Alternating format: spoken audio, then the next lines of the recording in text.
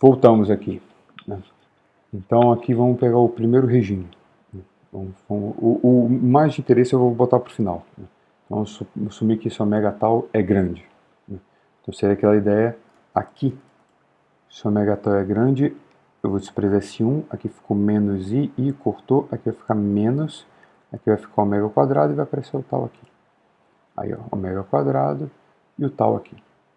Só um comentário assim, eu estou fazendo tudo aqui epsilon zero do condutor, mas aqui, quando você for fazer, por exemplo, na sua lista, minha sugestão, coloque tudo como epsilon. Mas como assim? Isso você vai entender melhor no próximo vídeo. Eu não quis misturar as coisas aqui, mas é o mais certo a se fazer, né? Epsilon aqui, mas tudo bem. Mas a questão ficou assim, né? Então aqui, a priori, não sumiram os i's, né? Então desse limite, você tem duas possibilidades, né? Ou esse cara daqui, esse daqui é menor que 1, ou maior que 1, porque agora faz diferença, porque ele pode ficar imaginário, mas depende se é maior ou menor que 1. Se ele é menor que 1, é para que esse cara é real, né? Então o índice de refração é real e o condutor é transparente, né? Isso aqui é interessante, né? O Ashcroft, eu até sugiro, se dá uma olhada nele, ele tem uma tabela nessa parte de condutores, é cobre, sei lá, prata, um monte de coisa assim. Qual frequência, a partir de qual o intervalo mais de frequência que esses caras ficam transparentes, né? Então o cara passa direto, como se fosse botar a plaquinha do metal, a onda vai e passa por ele. Você vê do outro lado. Então, bem interessante. Uma coisa curiosa aqui, até para lembrar da semana passada, é que necessariamente aqui se ele é o que se ele é transparente, o n é menor que 1, porque é raiz de 1 menos uma coisa menor que 1. Então aqui veio a ideia de que a sua velocidade de fase é maior que a velocidade da luz, né? A velocidade de fase da luz aqui é maior que a velocidade da luz no vácuo. Mas a velocidade de grupo é essa continha, igual que a gente fez a ideia semana passada. Essa estrutura, do jeito que ele tem o ômega quadrado e a raiz aqui, você faz essa conta, é bem fácil fazer, mas sabe que ele dá, digamos assim, essa derivada aqui de ômega n dá 1 sobre n, né? Então, na verdade, a velocidade de grupo é c vezes n, né? Parece esse mesmo n de novo, né? Então, aqui deixa você fazer, é tranquilo, é só derivar aqui. Então é menor que a da luz, então funciona, menor que c, menor que a da luz no vácuo. Então a velocidade de grupo velocidade de grupo da luz nesse meio, né, é menor que a velocidade da luz no vácuo. Agora o outro limite, né, se ele é maior que 1, aqui ficou o imaginário puro. Aqui é um pouco diferente do que a gente está acostumado. Então lembra que o K barra, né, é n barra ômega sobre c, então o K barra é o imaginário puro. Então a nossa onda é exponencial de K barra x menos ômega t. Então, vamos supor que está em direção z, né? Então esse cara vai ficar simplesmente assim, exponencial de menos i, esse cara sem o i aqui, né? Então exponencial de menos, esse cara sem o i, isso daqui, z. Aqui eu só tirei o... É porque aqui tem um ômega, né? Passei o ômega para dentro, cortou esse ômega quadrado e aqui ficou ômega quadrado. Então quer dizer, um número real, exponencial de menos um número real, z. Então esse condutor, esse aqui seria o caso, nesse limite, para um condutor bom, né? Então condutor bom seria, digamos, eu digo bom porque sigma é grande, né? Maior do que isso aqui, maior do que ômega quadrado tal, e epsilon zero. Então, para esse condutor, realmente, dentro do condutor, o campo elétrico morre exponencialmente. A amplitude, né, cada z fixo, ele tem uma amplitude aqui. E ele oscila, né, no tempo, né? Mas oscila no tempo, mas você vai penetrando no condutor, vai diminuindo. Então a onda morre rapidinho no condutor. Isso é curioso. Agora tem o outro limite, eu assim chamei de limite Griffiths, né, que é o que o Griffiths aborda, né? É o único caso que ele aborda nele, que é o caso, digamos, típico, né, que é o padrão que todo mundo tem que analisar, pelo menos, né? O Ashcroft, digamos, tem todos esses, né? Mas aqui, esse aqui é de certa forma é interessante mesmo, mas achei legal falar dos outros. É que aqui, no que seu sigma barra era aquele sigma, né, do usual que a gente está acostumado, dividido por 1 menos ômega tal. Então, se o ômega tal é pequeno, você pode desprezar.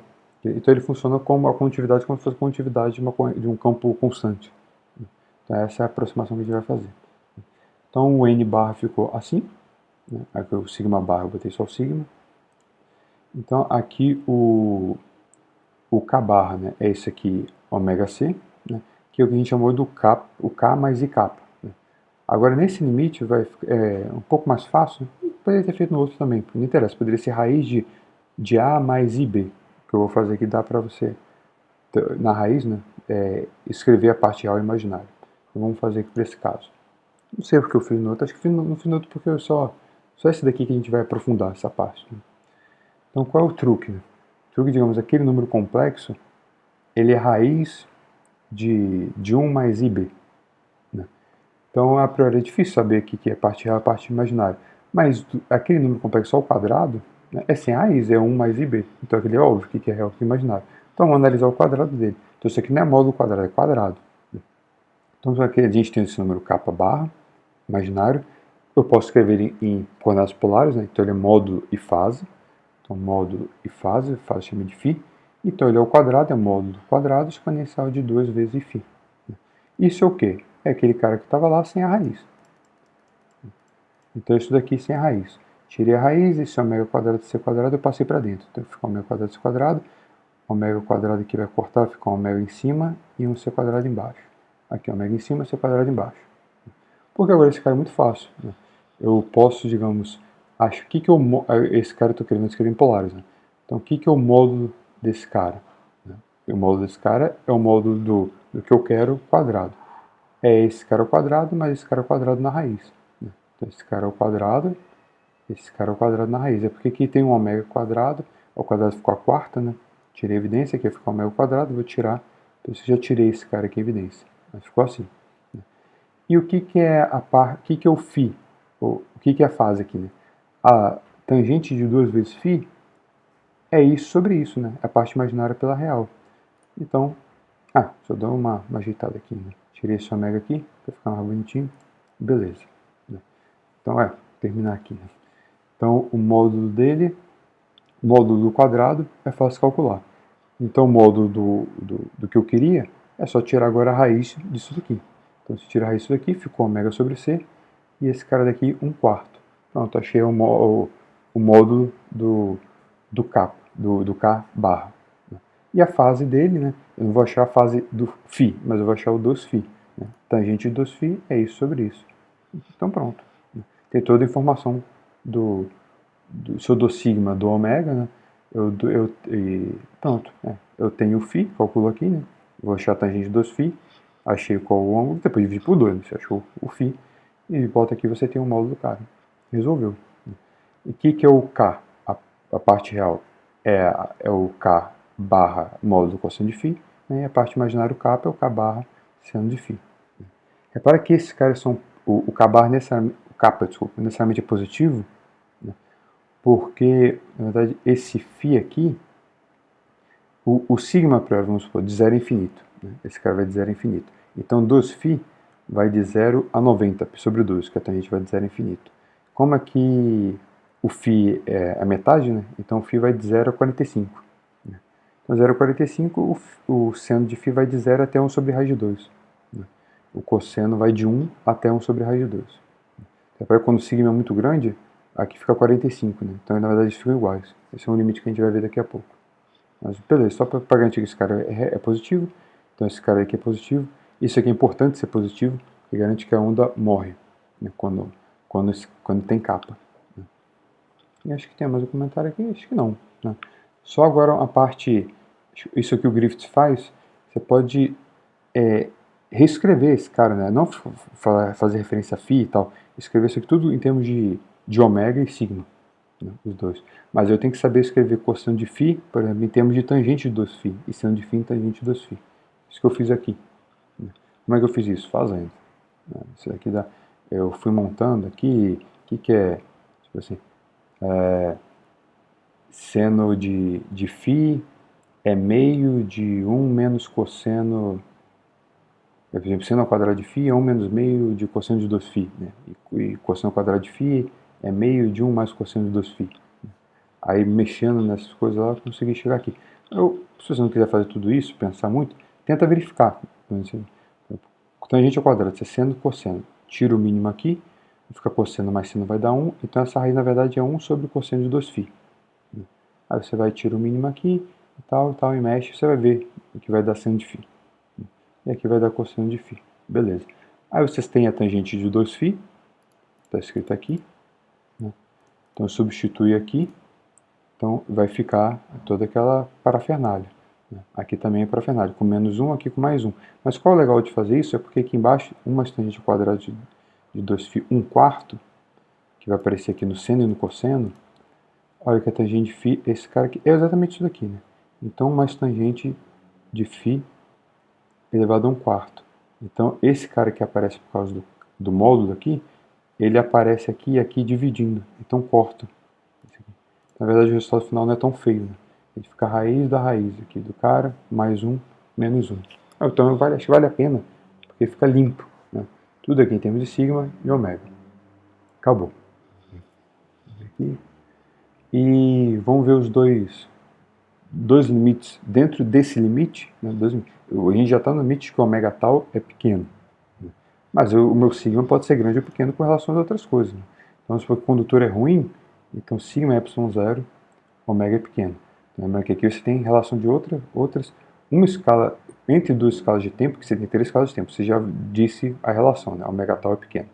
Mas agora aqui é o ômega, ou seja, o período da onda, e essa escala é epsilon sobre sigma, né? Que é outra escala de tempo. Então, para esse daqui pequeno, que seria um condutor ruim, né? Tipo, um sigma pequeno, vamos pensar assim. É só voltar aqui. Né? Opa, é porque tudo fica em termos disso, né? Disso. Então, se esse cara é pequeno, esse cara é pequeno, esse cara é pequeno. Né? Aqui você pode fazer ele a 0, virou 1 + 1, esse cara virou raiz de 2, cancelou, ficou ômega sobre c. Esse cara, se você tomar a priori 0, ficou -1, deu 0. Né? Então, digamos, a priori, não tem condutor. Né? Então, seria simplesmente um dielétrico, K é ômega sobre c. Né? Mas a primeira correção do condutor, então, se você expandir aqui em Taylor, ele vai te dar isso daqui. Então, o que é legal é que não depende de ômega. Isso eu achei curioso. Né? Não vi ninguém discutindo isso. Mas então, para, digamos, baixa frequência, não, digamos, frequências grandes, né? Ômega grande ou condutor muito ruim, né? A parte que ele escapa te dá quanto a onda penetra no meio, né? No condutor. Ela independe da frequência que você está emitindo a partir de uma certa frequência, né? Para frequências bem altas, né? Ou para cima é muito pequeno. Então ele tem um tanto lá de penetração que essa onda morre. Achei legal, em relação com o sigma. A priori isso aqui é grande, né? Porque esse cara aqui é pequeno. Se você quiser comparar, quer dizer, a parte imaginária do K barra é pequena, porque você tem que multiplicar e dividir por ômega. Né? Então ficou ômega C, para comparar aqui os dois, e aqui ficou sigma, epsilon, C, ômega. Ou desculpa, sigma, epsilon e ômega, que é o que eu estou assumindo que é pequeno. Estou dizendo que a parte imaginária do K barra é pequena. Beleza. Né? Então ele, mais ou menos, a onda penetra bastante, né? Mas essa quanto ela penetra não depende da frequência. Eu achei isso legal. Agora, se o condutor é muito bom, né, significa que o sigma é grande. Aí para o sigma grande, você volta lá, eles ficam, o φ, né, ele fica 45. Né? Então K e K ficam iguais. Então a mesma contribuição da parte real e imaginária. Né? Os dois ficam iguais e fica isso daqui. Repara que isso aqui é grande, você está assumindo. Então, ok? Só para guardar esses limites. Voltando em como é que é a sua onda no final. Né? Sua onda é isso daqui. Né? A parte imaginária eu já botei aqui, então ficou menos kz. E esse cara, desculpa, aqui não é kx, né? Porque eu já escolhi z, então aqui é kz. Né? Aqui eu acertei, né? O cosseno de kz menos ômega t. Essa aqui é a onda real, ou campo elétrico real. Uma vez que você tem um campo elétrico, a gente pode fazer a mesma coisa que a gente fez semana passada. Aqui todo o livro faz, né? A gente tem que calcular como é que é o campo magnético, né? Para ver como é que é a onda dentro essa onda eletromagnética dentro do condutor. Obviamente eu vou chutar que é uma coisa assim, né? Mesmo termo aqui, mesma coisa se esse cara está em x, ele está propagando em z, né? Aqui é x, o outro é y, e essa fase eu botei aqui delta, que eu vou botar no delta b. Vamos ver que eles são defasados, igual a gente viu na semana passada, a conta é muito análoga, né? Então vamos fazer só mais isso, e a gente faz o mesmo intervalo. Então, como é que se relaciona essas amplitudes e essas fases? Jogando na equação de Maxwell. Esse, na verdade, eu quero dizer assim, eu nem precisaria chutar isso, né? Com as equações de Maxwell, disso eu posso derivar isso. Né? Não, pô, eu já tenho ideia de como é, né? Então eu vou chutar logo isso aqui e achar só o B0 em termos de A0 e o φ, o delta B, né, em termos de delta e de outras coisas aqui. Então pegou e jogou, né? Equação de Maxwell. A única equação aqui não nula é a componente y. Então joga aqui na componente y, vai dar isso aqui. Então a componente y, você vai derivar o EX com relação a z. Então aqui derivou a exponencial, isso. Aqui já estou adiantando, estou copiando. Derivou a exponencial, vai ver o k, e depois aqui, derivou a exponencial, caiu o k, depois deriva aqui vira seno e sai um k. Então aqui virou seno, sai um k, e aqui repete o cosseno e sai o k. Só que, digamos, o k eu escrevi como módulo de k barra seno φ, e o k como módulo de k barra cosseno φ, ou cosseno φ, cosseno delta, né? Delta. E aqui tem um problema de delta.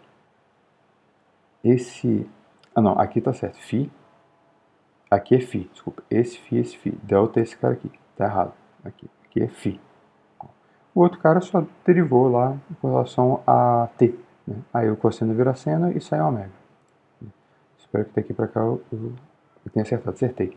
Porque qual é a vantagem de escrever assim, né? Tirei esse k barra aqui, daqui eu dividi, esse sinal de menos cancelou. Esse aqui é seno A cosseno B, mais cosseno B seno A. Então esse é cosseno de A mais B. Então é cosseno de kz menos ômega t mais delta mais φ. E aqui ficou seno e seno. Então agora aqui é só comparar.